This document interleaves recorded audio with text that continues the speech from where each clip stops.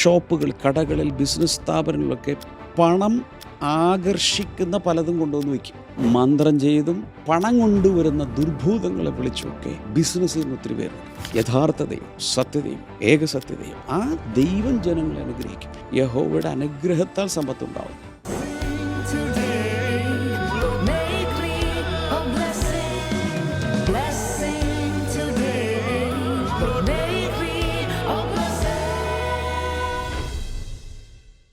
Blessing ടുഡേയിലേക്ക് എല്ലാ പ്രിയപ്പെട്ടവരെയും ഒരിക്കൽ കൂടെ ഞാൻ സ്വാഗതം ചെയ്യുകയാണ്. ഇന്ന് ദൈവം നമ്മളെ ഓരോരുത്തരെയും കോഴി തൻ്റെ കുഞ്ഞുങ്ങളെ ചിറകിൻ്റെ കീഴിൽ ചേർത്ത് വെച്ചിരിക്കുന്ന പോലെ പ്രതിസന്ധികൾ വരുമ്പോഴും പ്രതികൂലങ്ങൾ വരുമ്പോഴും ദുഷ്ടൻ്റെ ഒളിയമ്പുകൾ ഉണ്ടാകുമ്പോഴും ശത്രു നിങ്ങളെ നശിപ്പിച്ച് കളയുമെന്ന് വാദഗതികൾ മുഴക്കുമ്പോഴും നമ്മൾ പാടുന്ന ചില പാട്ടിൻ്റെ വരികളൊക്കെയാണ് ഞാൻ പറയുന്നത്. അപ്പോഴും അവൻ്റെ മറവിടത്തിൽ അത്യുന്നതൻ്റെ മറവിൻ്റെ കീഴിൽ സർവശക്തൻ്റെ നിഴലിന് അതിനകത്ത് പാർക്കുവാൻ, അതിനകത്ത് ഒളിപ്പിച്ചിരുത്തുന്ന ഒരു ഒളി സങ്കേതം പോലെ നമ്മളെ ഇരുത്തുന്ന ഒരു ദൈവമുണ്ട്. ആ ദൈവം നിങ്ങളോട് കൂടെയുള്ളിടത്തോളം സമയം എത്ര പ്രതികൂലങ്ങൾ നിങ്ങൾക്ക് ചുറ്റും വന്നെന്ന് പറഞ്ഞാലും, ഒരു സൈന്യം തന്നെ നിങ്ങൾക്കെതിരെ പാളയമിറങ്ങിയെന്ന് പറഞ്ഞാലും നിങ്ങൾ ഭയപ്പെടുകയില്ല. കാരണം നിങ്ങളെ മറച്ച് പിടിച്ചിരിക്കുന്ന ശാശ്വതമായ കൈകൾ നിങ്ങളുടെ ചുറ്റുമുണ്ട്. എത്ര പേർ ചേർന്ന് ഉറക്കൊരു ഹാലലുയ പറയും, ധൈര്യത്തോടെ ഹാലലുയ പറഞ്ഞാലും. ഇന്ന് നമ്മുടെ സ്പോൺസർ മൂന്നാറിൽ നിന്ന് ഒരു വിജയലക്ഷ്മി ആണ്. Thank you sister Vijayalakshmi. നമ്മൾ ഒരുമിച്ച് ചേർന്ന് പ്രാർത്ഥിക്കാൻ പോകുകയാണ്. കർത്താവ് കടം കൊടുത്ത തുക എല്ലാം തിരികെ ലഭിക്കുവാൻ, മകൻ്റെ ഭാവി അനുഗ്രഹിക്കപ്പെടുവാൻ, ഭർത്താവിന് നല്ല ബിസിനസ് ലഭിക്കുവാൻ, വിജയലക്ഷ്മിക്ക് ജോലിയിൽ ഉന്നതി ഉണ്ടാകുവാൻ ഞങ്ങൾ ചേർന്ന് പ്രാർത്ഥിക്കുന്നു. കർത്താവെ, അങ്ങ് പ്രാർത്ഥന കേട്ടതിനായി നന്ദി പറയുന്നു, യേശുവിൻ്റെ നാമത്തിൽ തന്നെ. അമേൻ, അമേൻ. കർത്താവ് ധാരാളമായി അനുഗ്രഹിക്കട്ടെ. ഈ ആഴ്ചയിൽ ദ ഗ്യാദറിംഗ് മീറ്റിംഗ് 2 സ്ഥലങ്ങളിലായിട്ട് നടക്കുകയാണ്. ഒന്ന് നമുക്ക് ബാംഗ്ലൂർ വെച്ചും അതുപോലെ തന്നെ തിരുവനന്തപുരത്തും വെച്ച് നടക്കുകയാണ്. ഈ 2 മീറ്റിങ്ങിലേക്ക് ഞാൻ നിങ്ങളെ സ്വാഗതം ചെയ്യുന്നു. അപ്പോൾ തന്നെ ഞായറാഴ്ച പാഷനേയമായത് തിരുവനന്തപുരത്തുള്ള നമ്മുടെ ബ്ലെസ്സിങ് ടുഡേ ചർച്ചിൽ ആരാധനയിൽ പങ്കെടുക്കുന്നുണ്ട്. കടന്നു വരിക. വലിയ അനുഗ്രഹങ്ങൾ കർത്താവ് ചെയ്യട്ടെ. തുടർന്ന് അനുഗ്രഹിക്കപ്പെട്ട സന്ദേശത്തിലേക്ക് നമുക്ക് വേഗത്തിൽ പ്രവേശിക്കാം.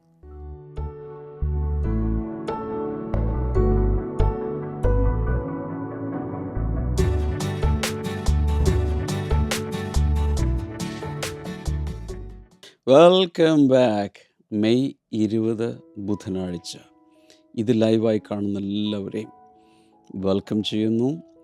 ആൻഡ് ഇതിനുശേഷം റീപ്ലേ ആയിരിക്കും നിങ്ങൾ കാണുന്നത്. ഏത് സമയത്താണെങ്കിലും നിങ്ങൾ ചെയ്യേണ്ടത്, ഈ പുസ്തകം നിങ്ങളുടെ കയ്യിലുണ്ടെങ്കിൽ, ബ്ലെസ്സിങ് ടുഡേയുടെ the year of the supernatural 2026 diary and sermon note keeper, ഞാനതിനെ ഡിവോഷണൽ ഡയറി എന്ന് വിളിക്കുന്നത്, നിങ്ങളുടെ കയ്യിലുണ്ടെങ്കിൽ ആ പേജ് എടുക്കുക.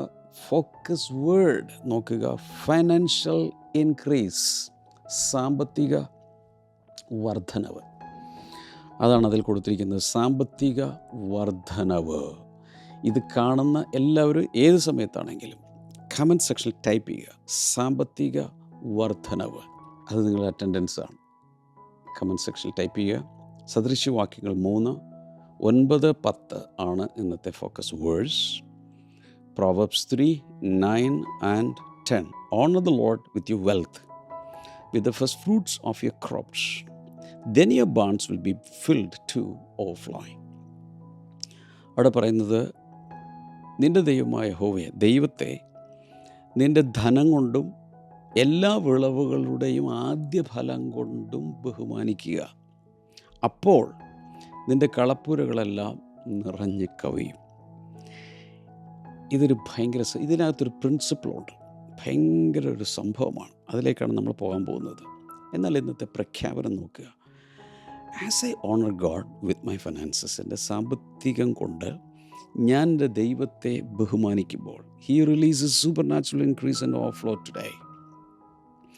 അവൻ പ്രകൃത്യാതീതമായ അസാധാരണമായ വർധനവും കവിഞ്ഞൊഴുക്കും എനിക്കായി നൽകും.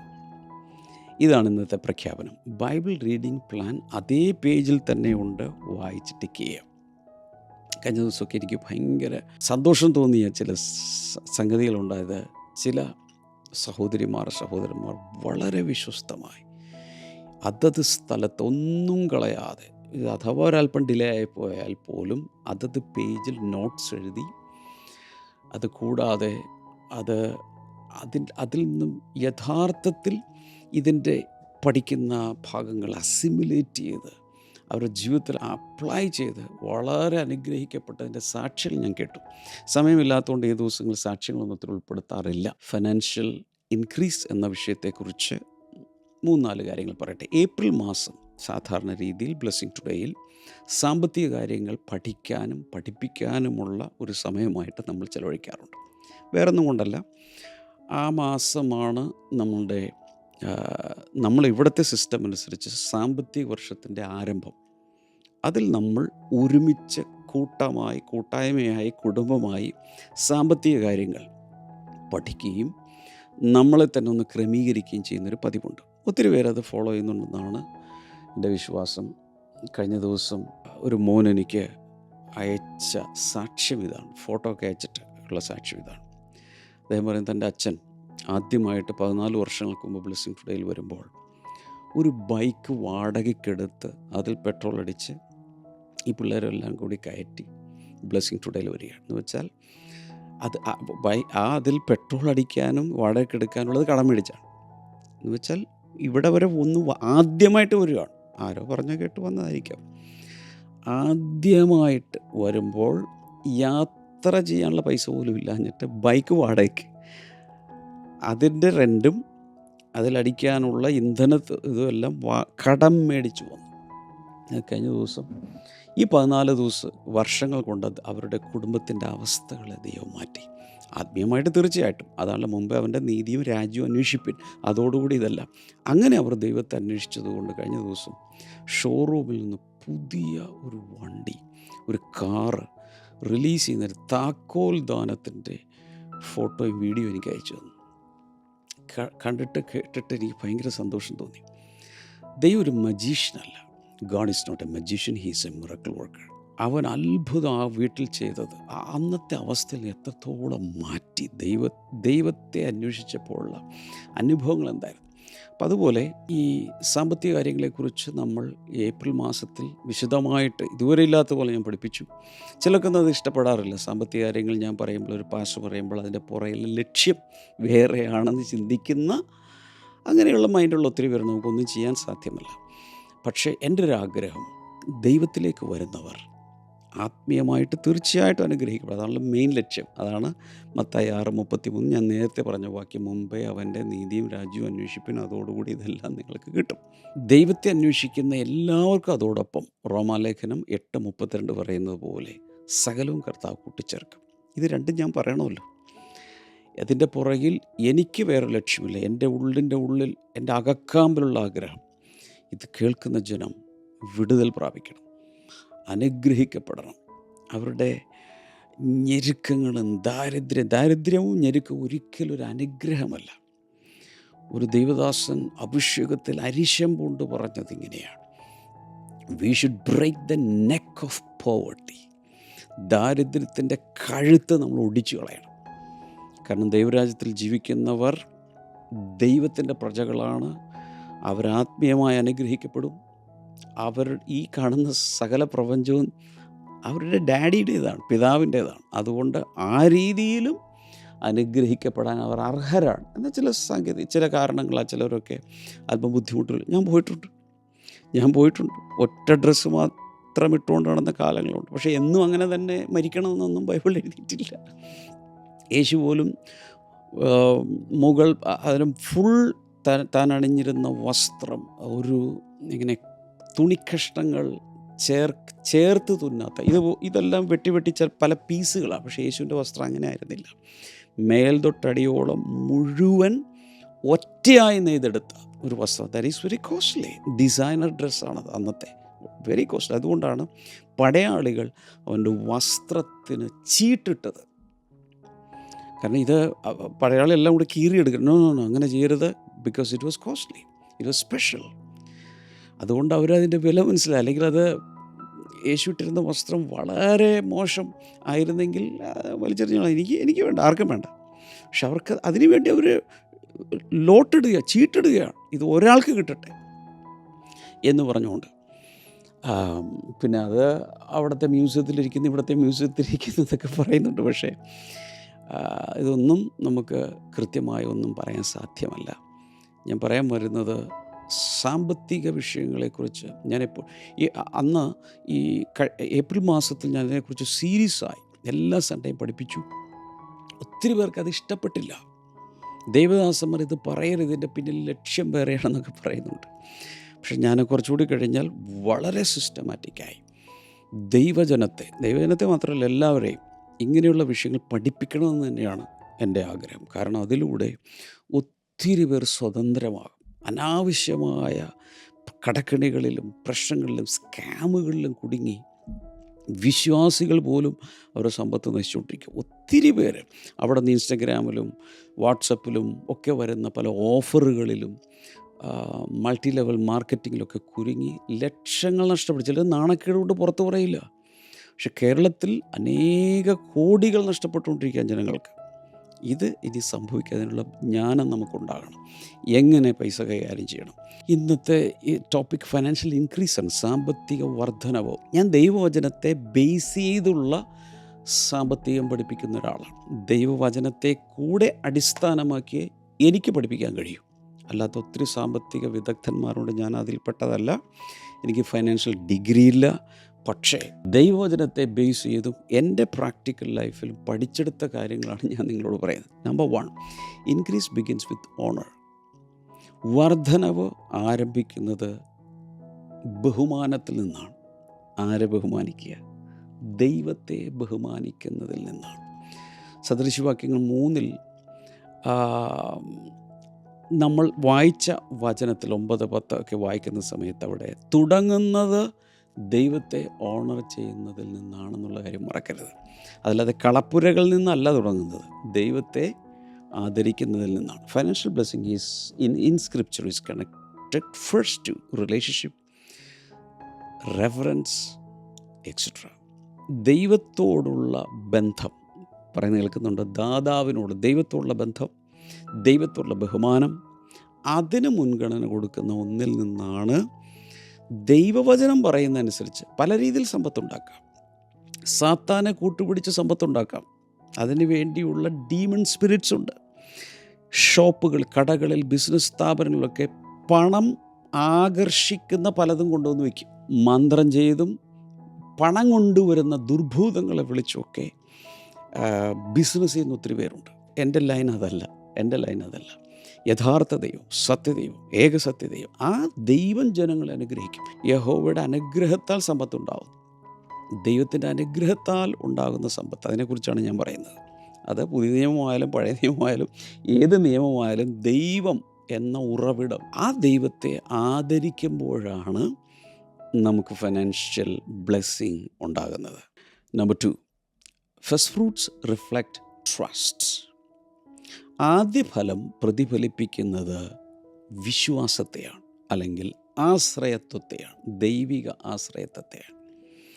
അതായത് അവിടെ പറയുന്നത് വിത്ത് ദ ഫസ്റ്റ് ഫ്രൂട്ട്സ്, അവിടെ പറയുന്നത് ആദ്യഫലം കൊണ്ട്. First fruits means giving God the first and the best, not the leftovers. ഇതൊരു ഭയങ്കര സംഭവമാണ്, ദൈവത്തിൻ്റെ പ്രിൻസിപ്പിൾ. ഇപ്പോൾ ഞാൻ ഒരു പോഡ്കാസ്റ്റ് ചെയ്തത് ദശാംശം പുതിയ നിയമപ്രകാരമാണോ ഒരു പോഡ്കാസ്റ്റ്. അത് കണ്ടിട്ടില്ലാത്തവർ ബ്ലെസ്സിങ് ടുഡേ ചാനലിൽ പോഡ്കാസ്റ്റ് സെക്ഷനിൽ പോയിട്ട് ദശാംശത്തെക്കുറിച്ചുള്ളൊരു പോഡ്കാസ്റ്റ് ചെയ്തിട്ടുണ്ട്. ഞാനും ഷെമ സിസ്റ്ററും കൂടി ഇരുന്നുകൊണ്ടുള്ളത്.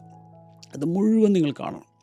ദശാംശം എന്ന് പറയുന്നത് യഹൂദന്മാർക്ക് ദൈവം കൊടുത്ത ഒരു കൽപ്പനയാണ്, ഒരു പ്രമാണമാണ്. അത് നമ്മൾ ഫോളോ ചെയ്യേണ്ട ആവശ്യമില്ല. നമ്മൾ പുതിയ നിയമത്തിൽ കൊടുക്കുന്നത് കൃപയാലാണ്. നമ്മൾ ഹൃദയത്തിൽ നിശ്ചയിച്ച വണ്ണമാണ്. ഇത് അനേക പ്രാവശ്യം ആവർത്തിച്ച് ഞാൻ പഠിപ്പിച്ചിട്ടുണ്ട്, ഇനിയും പഠിപ്പിക്കും. എങ്കിൽ മാത്രമേ ജനം സത്യമറിയുകയുള്ളൂ. സത്യമറിഞ്ഞാൽ മാത്രമേ ജനം സ്വതന്ത്രമാകുകയുള്ളൂ. ഓക്കെ, ഉദാഹരണം, നമ്മുടെ വീടിൻ്റെ കോമ്പൗണ്ടിൽ തെങ്ങുണ്ടെന്നിരിക്കട്ടെ. ആ തെങ്ങ് നിന്നും നാളികേരം എടുക്കുമ്പോൾ യഹൂദന്മാർ ചെയ്യുന്നത് ആദ്യത്തെ വിളവ് ദൈവത്തിന്. അതുപോലെ തന്നെ ഇപ്പോൾ പ്രാക്ടിക്കലി ചെയ്യാൻ ബുദ്ധിമുട്ടുണ്ട്. അന്നത്തെ കാലത്ത് അത് ആദ്യ ഫലം നേരെ ദേവാലയത്തിൽ കൊണ്ടുപോകും. ഇന്ന് ഈ വരുന്ന ആദ്യ ഫലവുമായി എല്ലാവരും കൂടെ കുറേ തേങ്ങയും കുറേ അച്ചിങ്ങയും പാവക്കയൊക്കെ ആയിട്ട് വന്നു കഴിഞ്ഞാൽ അത് പ്രാക്ടിക്കലല്ല. അതിനെക്കുറിച്ചല്ല പറയുന്നത്. പകരം അവിടെ ഒരു പ്രിൻസിപ്പിളുണ്ട്. അതെന്താണ്? ദൈവത്തിന് ആദ്യത്തേതും നല്ലതും കൊടുക്കുക. First fruit means the best fruit. ആദ്യത്തേത് ദൈവത്തിന് കൊടുക്കുക എന്നുള്ളതാണ്. അതല്ലാതെ എല്ലാ ആവശ്യങ്ങളും കഴിഞ്ഞ് ബാക്കി ഒരു 2.5 രൂപ വന്നു, അത് ദൈവത്തിന് കൊടുത്തേക്ക്. അതല്ല, ആദ്യം ദൈവത്തെ മാനിക്കുക എന്നുള്ളൊരു പ്രിൻസിപ്പിൾ അതിനകത്ത് കിടപ്പുണ്ട്. അപ്പം അതിൽ നിന്നും നമ്മൾ കൊണ്ടുവരുന്ന ഇതാണ്: ദൈവമാണ് എൻ്റെ ഉറവിടം, ദൈവത്തിൽ നിന്നാണ് എനിക്കിത് ലഭിച്ചത്, അതിനാൽ ഞാൻ ദൈവത്തെ മാനിക്കും. പുറപ്പാട് പുസ്തകം 23:19 അത് പറയുന്നുണ്ട്. ഇതൊക്കെ യഹൂദന്മാർക്കുള്ളതാണ്, പക്ഷേ ഞാൻ ആ പ്രിൻസിപ്പിൾ മാത്രമാണ് പറയുന്നത്. മത്തായി 6:21 കാണുന്നുണ്ട്: where your treasure is there your heart will be also. നിൻ്റെ നിക്ഷേപമുള്ളിടത്ത് നിൻ്റെ ഹൃദയം ഇരിക്കും. അതുപോലെ 2 കൊരിന്ത്യർ 8:5 കാണുന്നത്: they first gave themselves to the Lord. അവരാദ്യമേ അവരെ തന്നെ ദൈവത്തിന് സമർപ്പിച്ചു. അതാണ് ആദ്യഫലം. അപ്പം നമ്മെ തന്നെ, നമ്മുടെ ഹൃദയവും നമുക്കുള്ളതെല്ലാം ദൈവത്തിന് ആദ്യം സമർപ്പിക്കുക. അതല്ലാതെ ദൈവം നമ്മുടെ ഹൃദയമാണ് ആദ്യം നോക്കുന്നത്, ഹാൻഡല്ല. First heart then hand. അതല്ലാതെ കൈകൊണ്ട് പലതും ചെയ്തിട്ട് ഹൃദയം ദൈവത്തിൽ നിന്ന് അകന്നിരിക്കുകയാണെങ്കിലോ അത് ദൈവം സ്വീകരിക്കുന്നില്ല. അതുകൊണ്ടാണ് പറയുന്നത് നമ്മുടെ ഹൃദയം നമ്മെ തന്നെ ആദ്യം ദൈവത്തിന് കൊടുക്കുക. പക്ഷേ ഇവിടെ ഒരു സംഭവമുണ്ട്. ഇങ്ങനെ ചെയ്യണമെങ്കിൽ ശരിക്കും വിശ്വാസം വേണം. ഏറ്റവും നല്ലതും ഏറ്റവും ആദ്യത്തേതും ദൈവത്തിന് കൊടുക്കുമ്പോൾ തുടർന്ന് എന്നെ നടത്താൻ ദൈവം ശക്തനാണ് എന്ന് നമ്മൾ ആദ്യം മനസ്സിലാക്കണം, എന്ന് നമ്മൾ വിശ്വസിക്കണം. മിക്കവാറും കർഷകർ കുറേ വിത്ത് അടുത്ത വിളയ്ക്ക് വേണ്ടിയിട്ട് മാറ്റിയിടും. ഇനി അതിനെ വിതയ്ക്കാൻ വേണ്ടി മാറ്റിവെക്കും. അതിലേതായിരിക്കും അവർ മാറ്റിവെക്കുക? ഏറ്റവും ആദ്യത്തേത്, ഏറ്റവും ബെസ്റ്റുമായിട്ടുള്ള കുറേ വിത്ത് അത് തിന്നുകളയില്ല, അത് മാറ്റിവെക്കും. ഇതുപോലെ തന്നെ നമ്മുടെ സാമ്പത്തികമാകട്ടെ, നമുക്ക് ലഭിക്കുന്ന അനുഗ്രഹത്തിൻ്റെ എല്ലാം ആദ്യ ഭാഗം ദൈവത്തിന് എന്നൊരു പ്രിൻസിപ്പിൾ നമ്മളെടുക്കാമെങ്കിൽ ബാക്കി അങ്ങോട്ടുള്ള സകല വിളകളെയും അനുഗ്രഹിക്കുവാൻ ദൈവശക്തൻ. പക്ഷേ ഇതിനാവശ്യം എന്താണ്? വിശ്വാസം. Number 3, increase flows through wisdom and stewardship. ജ്ഞാനത്തിലൂടെയും ശരിയായി കൈകാര്യം ചെയ്യുന്നതിലൂടെയുമാണ് വർധനവ് ഒഴുകി വരുന്നത്. ജ്ഞാനം കാണിക്കണം, അതുപോലെ ശരിയായി നമ്മളതിനെ ഹാൻഡിൽ ചെയ്യണം ലഭിച്ചതിനെ. God blesses honour, but scripture also teachers management. തീർച്ചയായിട്ടും ആദ്യഫലം കൊണ്ടും സമ്പത്ത് കൊണ്ടും ദൈവത്തെ അങ്ങ് മാനിച്ചു. പക്ഷേ അപ്പോൾ തന്നെ നമ്മൾ മനസ്സിലാക്കണം, തിരുവെഴുത്ത് നമ്മെ പഠിപ്പിക്കുന്ന മറ്റൊരു വലിയ പ്രധാനപ്പെട്ട പാഠമാണ് ബാക്കി കയ്യിലുള്ളത് നല്ല രീതിയിൽ കൈകാര്യം ചെയ്യണം. Wealth miss handled can be wealth diminished. ശരിയായ രീതിയിൽ സമ്പത്ത് കൈകാര്യം ചെയ്യാത്ത വ്യക്തികൾ ശ്രദ്ധിച്ചു കേൾക്കണം, അതിനെ കുറച്ച് കൊണ്ടുവരും. ചിലർക്കൊക്കെ, എനിക്കറിയാവുന്ന കേസ് ഞാൻ പറയാം, ചിലർക്കൊക്കെ അവരുടെ പിതാക്കന്മാരൊക്കെ സമ്പാദ്യശീലമുള്ളവരായിരുന്നു. അവർ കുറേ ലാൻഡ് മേടിച്ചു, വീടുകൾ പലത് പണിതു, ഇതെല്ലാം മക്കൾക്ക് കൊടുത്തു. മക്കളുടെ കയ്യിൽ കിട്ടിക്കഴിഞ്ഞപ്പോൾ അത് ശരിയായ രീതിയിൽ ഒന്ന് അവരധ്വാനിച്ചിട്ടില്ല, അതിൻ്റെ വില അറിയില്ലായിരിക്കും. മറ്റൊരു കാരണം എന്ന് പറയുന്നത് അവർക്ക് ഹാൻഡിൽ ചെയ്യാൻ അറിയില്ല, എങ്ങനെ ഇതിനെ കൈകാര്യം ചെയ്യണം. അതുകൊണ്ട് അവരത് ഉപയോഗിച്ചും വിനിയോഗിച്ചും അത് വിറ്റ് തീർത്ത് ചിലരൊക്കെ അവസാനം പണയത്തിന് പോയി. ചിലർ പണയം കഴിഞ്ഞിട്ട് ഇനി അതും മേടിച്ച് കഴിഞ്ഞ് മാസവാടകയ്ക്ക് പോയി. ഒന്നുമില്ലാത്തവരായി അവരുടെ സമ്പത്ത് മുഴുവൻ അവർ ഉപയോഗിച്ച് തീർത്തു. ഇപ്പോൾ പരസഹായത്തിൽ ജീവിക്കുന്നവരുണ്ട്. പിതാക്കന്മാരുടെ കയ്യിൽ നിന്നും ഇൻഹെറിറ്റൻസ്, അവകാശം കിട്ടിയ ആളുകൾ ആരൊക്കെ ഉണ്ട്? നിങ്ങൾ ചിന്തിക്കുക. നിങ്ങളുടെ കയ്യിൽ നിങ്ങളുടെ ഫാദറോ മദറോ മുൻഗാമികളോ എന്തെങ്കിലും സ്വത്ത് തന്നെങ്കിൽ അത് കൂട്ടിയോ കുറച്ചോ മാത്രം ചിന്തിക്കുക. അത് വർദ്ധിപ്പിച്ചോ കുറച്ചോ, അത് വിറ്റ് തീർത്തോണ്ടിരിക്കുകയാണോ? ഇതിനി ആർക്ക് വേണ്ടിയിട്ടാണ്? അങ്ങനെയല്ല, അടുത്ത തലമുറകൾക്ക് വേണ്ടി മാറ്റിയിടാം. അങ്ങനെയാണ് ബൈബിൾ പറയുന്നേ. ഒരു നല്ല മനുഷ്യൻ തൻ്റെ മക്കളുടെ മക്കൾക്ക് വേണ്ടിയിട്ടുള്ളത് കൂടെ അവശേഷിപ്പിച്ചിട്ടാണ് പോകുന്നത് എന്ന് പറഞ്ഞിട്ടുണ്ട്. അതും വചനമല്ലേ? അയ്യോ, ഈ ഭൂമിയിൽ നമുക്കൊന്നും വേണ്ട, സ്വർഗത്തിലെല്ലാം ഉണ്ട്. Okay, no problem. നമ്മുടെ പോളിസി അതാണെങ്കിൽ നോ പ്രോബ്ലം. അതിനുള്ള കാര്യങ്ങളിലൂടെ അഡ്ജസ്റ്റ് ചെയ്ത് പൊക്കോ. പക്ഷെ വചനം ഇങ്ങനെയും പഠിപ്പിക്കുന്നുണ്ട്. വേണ്ടവർ മാത്രം, ഇതിന് നിർബന്ധമൊന്നുമില്ല. അവരൊക്കെ വിശ്വാസത്താൽ ജീവിക്കട്ടെ, അങ്ങനെ പറയുന്നവരുണ്ട്. No problem. പോളിസി അതാണെങ്കിൽ അങ്ങനെ. ചില വചനങ്ങൾ കുറിച്ച് വെക്കുക, പിന്നീട് നിങ്ങൾക്ക് ധ്യാനിക്കാം. സദൃശവാക്യങ്ങൾ 21:5, ലൂക്കോസ് 16:11, സഭാപ്രസംഗി 11:2. ഈ വചനങ്ങളൊക്കെ എഴുതി വെക്കുക. പിന്നീട് നിങ്ങൾക്ക് ധ്യാനിക്കുകയും വായിക്കുകയും എല്ലാം ചെയ്യാൻ കഴിയും. അപ്പോൾ ഇവിടെ നമ്മൾ മനസ്സിലാക്കുന്ന ഇവിടെയുള്ള കാര്യങ്ങൾ എന്ന് പറയുന്നത് നല്ല രീതിയിൽ ചിന്തിച്ചു വേണം കാര്യങ്ങൾ ചെയ്യാൻ. കയ്യിൽ എന്ത് കിട്ടിയാൽ നല്ല രീതിയിൽ ചിന്തിച്ച് കാര്യങ്ങൾ ചെയ്യാം. ബഡ്ജറ്റിംഗ് ആവശ്യമാണ്. നമ്മൾ ബഡ്ജറ്റ് ചെയ്യണം. എത്ര ഇന്നതിന് വേണ്ടി നീക്കിയിരിപ്പ്, ഇന്നതിനെല്ലാം വേണ്ടി. ഇപ്പോൾ സർക്കാരിന് മാത്രം ബഡ്ജറ്റ് മതിയോ? നമുക്ക് വ്യക്തിപരമായും കുടുംബത്തിനും ഒരു സഭയ്ക്കും എല്ലാം അതുള്ളത് നല്ലതാണ്. Avoiding waste.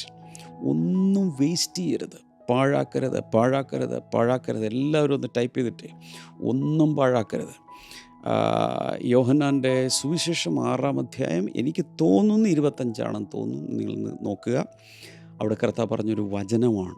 അപ്പം വർദ്ധിപ്പിച്ചു, എല്ലാവരും തിന്ന് തൃപ്തരായ ശേഷം ശിഷ്യന്മാർക്ക് കർത്താവ് ഒരു കൽപ്പന കൊടുത്തു, ശേഷിച്ച കഷണങ്ങളൊക്കെ പെറുക്കാൻ. അപ്പോൾ ശേഷിച്ച വലിയ ബ്രെഡല്ല, കഷണങ്ങൾ പോലും പെറുക്കാൻ പറഞ്ഞു. എന്നിട്ടവിടെ പറയുന്നത് ഒന്നും പാഴാക്കരുത്. എല്ലാവരും ഒന്ന് പറഞ്ഞേ, ഒന്നും പാഴാക്കരുത്. ഞാൻ സാധാരണ പറയുന്നൊരു കാര്യമാണ്, വീടുകളിൽ ഭക്ഷണം പാഴാക്കരുത്. ഹോട്ടലിൽ പോയി കഴിച്ചാൽ ഭക്ഷണം മാക്സിമം പാഴാക്കരുത്. ബാക്കിയുണ്ടെങ്കിൽ അത് പാക്ക് ചെയ്യിപ്പിച്ച് ഒന്നിൽ വീട്ടിൽ കൊണ്ടുവന്ന് വീണ്ടും ഉപയോഗിക്കുക, അല്ലെങ്കിൽ വിശക്കുന്ന ആർക്കെങ്കിലും കൊടുക്കുക. എൻ്റെ പോളിസിയാണ് ഞാൻ പറയുന്നത്, എൻ്റെ പോളിസി. എൻ്റെ വീട്ടിൽ ഭക്ഷണം പാഴാകുന്നത് കണ്ടാൽ എനിക്ക് സഹിക്കാൻ പറ്റാറില്ല. ഞാൻ ചില സമയത്ത് ഭയങ്കരമായിട്ട് വിഷമിക്കും. കാരണം ഭക്ഷണമില്ലാത്ത എത്രയോ പേര് ഈ ഭൂമിയിലുണ്ട്. പാഴാക്കരുത്. എല്ലാവരും ഒന്ന് പറഞ്ഞ് ഭക്ഷണം പാഴാക്കരുത്. ഭക്ഷണം മാത്രമല്ല, പ്രോപ്പർട്ടികൾ, പല വസ്തുക്കൾ, ഇതൊന്നും നമ്മൾ വേസ്റ്റ് ആക്കരുത്. അത് യേശു പറഞ്ഞതാണത്. അതെൻ്റെ പോളിസിയല്ല, യേശു പറഞ്ഞതാണ്. നമുക്ക് ധാരാളം, കേരളം ആയതുകൊണ്ട് നമുക്ക് മൺസൂൺ കാലമൊക്കെ ഉള്ള അനുഗ്രഹിക്കപ്പെട്ടൊരു സ്ഥലമാണ് കേരളം. പ്രകൃതി എത്ര മനോഹരമാണ്, എത്രയോ പച്ചിപ്പാണ് ഇവിടെ ഉള്ളത്, എത്രയോ ലേക്സ്, തടാകങ്ങൾ, നദികൾ, സമുദ്രം എല്ലാമുള്ള വളരെ അനുഗ്രഹിക്കപ്പെട്ട ഒരു സംസ്ഥാനമാണ് കേരളം. നമുക്ക് കിട്ടുന്ന മഴയെ, അത് ഹാർവെസ്റ്റ് അല്ലേ, റെയിൻ ഹാർവെസ്റ്റ്, അതിന് ഗവൺമെൻറ് തന്നെ ഒത്തിരി പ്രോത്സാഹിപ്പിക്കുന്നുണ്ട് എല്ലാവരോടും. നമുക്ക് ഒത്തിരി മഴ ലഭിക്കുമ്പോൾ അതിന് റെയിൻ വാട്ടർ ഹാർവെസ്റ്റ് എന്ന് പറയുന്ന ഒരു പദ്ധതി തന്നെ ഉണ്ട്. നമ്മുടെ വീടുകളിലൊക്കെ ടാങ്കുകളിലും അവരുടെയൊക്കെ സ്റ്റോർ ചെയ്ത് വീണ്ടും യൂസ് ചെയ്യുക. പാഴാക്കല്ലേ എന്ന് പറയുന്നത് പോലെ എല്ലാം ദൈവത്തിൽ ലഭിക്കുന്ന ഒന്നും പാഴാക്കാതെ മാക്സിമം നല്ല രീതിയിൽ ഉപയോഗിക്കുമ്പോൾ തന്ന ദാതാവിന് അത് എത്ര സന്തോഷകരമായിരിക്കും. അവർക്കാണ് വർധനവുണ്ടാകുന്നത്. ഇതാണ് വചനം പറയുന്നത്. Number 4, overflow has purpose. കവിഞ്ഞൊഴുക്കിന് ഒരു ഉദ്ദേശമുണ്ട്. എഴുതി വെക്കുക എല്ലാവരും.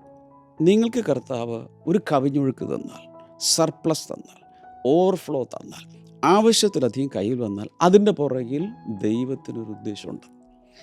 Your barns will be filled to overflowing. കാരണം നമ്മൾ ഇന്നത്തെ ഫോക്കസ് വേഴ്സിൽ നമ്മൾ കാണുന്നത് നിങ്ങളുടെ കളപ്പുരകൾ നിറഞ്ഞ കവിഞ്ഞൊഴുകും. Overflow in scripture is not only for comfort, it is for impact. Overflow നൽകുന്നത്, എക്സസ് നൽകുന്നത് ഒരിക്കലും ആശ്വാസത്തിന് വേണ്ടിയിട്ടല്ല, പിന്നെ എന്തിനു വേണ്ടിയാണ്? അത് മറ്റുള്ളവരുടെ മേൽ സ്വാധീനമുണ്ടാക്കാൻ, അഥവാ മറ്റുള്ളവരെ അനുഗ്രഹിക്കാൻ വേണ്ടിയിട്ടാണ്. നിറഞ്ഞു കവിയുന്നതെല്ലാം മറ്റുള്ളവർക്കാണ്. ചില വചനങ്ങൾ കുറിച്ച് വെക്കുക. 2 കൊരിന്ത്യർ 9:8, ലൂക്കോസ് 6:38, ഉൽപ്പത്തി പുസ്തകം 12:2. ഇതിലെല്ലാം ഇൻക്രീസിനെ കുറിച്ച്, നിറഞ്ഞു കവിയുന്നതിനെക്കുറിച്ച്, ധാരാളമായ ആവശ്യത്തിലധികം കയ്യിൽ വരുന്നതിനെക്കുറിച്ചൊക്കെ പറഞ്ഞിട്ടുണ്ട്. അപ്പോൾ നമ്മൾ പറഞ്ഞുകൊണ്ടിരിക്കുന്ന കാര്യങ്ങൾ ഇതൊക്കെയാണ്. 1, ദൈവത്തെ മാനിക്കാൻ മനുഷ്യൻ പഠിക്കണം. പ്രത്യേകിച്ച് ദൈവമക്കളെന്ന് വിളിക്കപ്പെടുന്നവർ ദൈവത്തെ മാനിച്ചേ പറ്റൂ. തന്നവനെ മാനിക്കണം. അതുകൊണ്ടാണ് ഞാൻ എപ്പോഴും പറയുന്നത്, ദൈവത്തിന് ആദ്യം, ഗോഡ് ഫസ്റ്റ്. ഇത് പറയുമ്പോൾ ചിലർക്ക് ഭയങ്കരമായി സഹിക്കാൻ പറ്റാത്തതുപോലെ അവർ ഭയങ്കര പ്രശ്നങ്ങളുണ്ടാക്കും. അപ്പോഴേ ഓർത്തുള്ള ഇവരാരാണെന്ന്. അവരെക്കുറിച്ച് വ്യക്തമായി പറഞ്ഞിരിക്കുന്നത് യോഹന്നാൻ 12-ാം അധ്യായത്തിലാണ്. മറിയ യേശുവിൻ്റെ കാലിൽ വളരെ വിലപിടിച്ച പെർഫ്യൂം ഒഴിച്ച സമയത്ത് ഭയങ്കര പ്രൊട്ടസ്റ്റ് ഉണ്ടായി. തെറ്റാ. ഇത് ഈ കർത്താവിൻ്റെ കാലിൽ ഒഴിച്ച, ഇത്രയും നല്ല പെർഫ്യൂം കൊണ്ടുപോയി ഒഴിച്ചവിടെ കാലെ കൊണ്ടുപോയിച്ചു. അയ്യോ, വേസ്റ്റ്, പഴാക്കി. ഇത് വിറ്റ് ദരിദ്രർക്ക് കൊടുത്ത് എത്ര കുടുംബങ്ങളുടെ പട്ടിണി മാറിയേനെ. ഒരാളുടെ കാലിൽ ഒഴിച്ച് വേസ്റ്റാക്കിയില്ലേ? കർത്താവ് ഉടനെ പറഞ്ഞു, ദരിദ്രരുണ്ട് ഇവിടെ ഭൂമിയിലുണ്ട്, ചാരിറ്റി ചെയ്യണം, ഒത്തിരി ജീവകാരുണ്യ പ്രവർത്തികൾ ചെയ്യണം. പക്ഷേ ഇതവൾ എനിക്ക് വേണ്ടി ചെയ്തു, എന്നെ ഓണർ ചെയ്യാൻ വേണ്ടി ചെയ്തു, എൻ്റെ ശവസംസ്കാരത്തിനായി ചെയ്തു. ഒരു പ്രിൻസിപ്പിൾ കർത്താവ് ഉടനെ തന്നെ, അയ്യോ യൂത പറഞ്ഞു കേട്ടില്ലേ, നീ നിർത്ത്, സ്റ്റോപ്പ്, ഇനി ഒഴിക്കരുത്, വിട്ടിട്ട് ബാക്കി പാത്രത്തിലുള്ളതെങ്കിലും വിട്ടിട്ട് ചാറ്റ് ചെയ്യും എന്ന് യേശു പറഞ്ഞില്ല. യേശു അത് ആക്സെപ്റ്റ് ചെയ്തു. അതിൻ്റെ അർത്ഥം ദൈവത്തെ ഒന്നാമത് മാനിക്കാൻ പഠിക്കണം. അപ്പോൾ ഇതിനെതിരെ വരുന്ന പ്രൊട്ടസ്റ്റിൻ്റെ പുറകിലുള്ളത് ജൂഡസ് സ്പിരിറ്റ് എന്നാണ് അതിനെ പറയുന്നത്. Judas Iscariot spirit. ദൈവത്തിന് കൊടുക്കുന്നതിനെ പ്രൊട്ടസ്റ്റ് ചെയ്ത് എവിടെയെങ്കിലും ആരെങ്കിലും പറഞ്ഞാൽ, കമൻ്റ് ചെയ്താൽ ഓർക്കണം, അവരിൽ വ്യാപരിക്കുന്നത് ഇതേ സ്പിരിറ്റാണ്. നമ്മൾ മറക്കരുത്. അപ്പോൾ ദൈവത്തെ വിശ്വസിച്ചാൽ മാത്രമേ നമുക്ക് ആദ്യം ദൈവത്തിന് കൊടുക്കാൻ പറ്റൂ. അതെന്താണത്? നമ്മളെ തന്നെ ദൈവത്തിന് കൊടുക്കണം. അതുപോലെ കയ്യിലുള്ളതെല്ലാം വളരെ ബുദ്ധിപൂർവ്വം ജ്ഞാനത്തോടുകൂടി ബാക്കി കയ്യിലുള്ളത് കൈകാര്യം ചെയ്യണം. എന്നിട്ട് എന്ത് ചെയ്യണം? ഓവർഫ്ലോ. അതെന്തിനാണ്? ജനറസായി മറ്റുള്ളവർക്ക് കൊടുക്കാനും. ദിസ് വിൽ ബ്രിങ്, ഈ പോളിസിയാണ് ഭയങ്കരമായ ഒരു വർധനവ് നമുക്ക് കൊണ്ടുവന്ന് തരുന്നത്. നമ്മുടെ കയ്യിലുള്ളത് വർദ്ധിപ്പിച്ചില്ലെങ്കിൽ ദുഷ്ടനായ ദാസനെ, മടിയനും ദുഷ്ടനുമായ ദാസനെ എന്നാണ് അങ്ങനെയുള്ളവരെ കർത്താവ് തന്നെ പറഞ്ഞിരിക്കുന്നത്. സോ നമ്മളെല്ലാവരും ഈ ദിവസങ്ങളിൽ വലിയ വർധനവ് സാമ്പത്തികത്തിൽ ഉണ്ടാകട്ടെ. ഞാൻ പ്രാർത്ഥിക്കാൻ പോയി കൈനീട്ടുക. കർത്താവെ, ഇവിടെ ആ കളപ്പുര എന്ന് പറയുന്നത് ബിസിനസ്സാകാം, ശമ്പളമാകാം, ദൈവം തരുന്ന അവസരങ്ങളാകാം, ഇൻവെസ്റ്റ്മെൻറ്റുകളാകാം, റിസോഴ്സുകളാകാം. പക്ഷെ അവിടെ എല്ലാം ഒരു സഫിഷ്യൻസി ഉണ്ടാകട്ടെ, എല്ലാവർക്കും അത് തികയുന്ന രീതിയിലുണ്ടാകട്ടെ. വലിയ ജ്ഞാനം അതിനു വേണ്ടി ഉണ്ടാകട്ടെ, വലിയ ഇൻക്രീസ് എല്ലാവർക്കും ഉണ്ടാകട്ടെ. രോഗികൾക്ക് വേണ്ടി പ്രാർത്ഥിക്കാം. കൈനീട്ടാം. ഈ മൂക്കിൻ്റെ അകത്ത് മാംസ വളർച്ച ഉണ്ടായിട്ട് ശ്വസിക്കാൻ പറ്റാത്ത ആരെങ്കിലും ഉണ്ടെങ്കിൽ യേശുവിൻ്റെ നാമത്തിൽ സൗഖ്യമാകട്ടെ. Thank you Lord. അതുപോലെ വല്ലാത്ത രീതിയിലുള്ള ഇൻഫെക്ഷനുകൾ സൗഖ്യമാകട്ടെ. ഫൈബ്രോയിഡുകൾ യേശുവിൻ്റെ നാമത്തിൽ മാറിപ്പോട്ടെ. ക്യാൻസർ സൗഖ്യമാകട്ടെ. മക്കളില്ലാത്തവർക്ക് മക്കളുണ്ടാകട്ടെ. ഈ കൈനീട്ടിയിരിക്കുന്നവരുടെ രോഗങ്ങളോ പ്രയാസങ്ങളോ എന്താണെങ്കിലും യേശുവിൻ്റെ നാമത്തിൽ ഒരു പരിഹാരം കൽപ്പിച്ച് പ്രാർത്ഥിക്കുന്നു. ആമേൻ. So God bless you all. See you tomorrow. Bye-bye.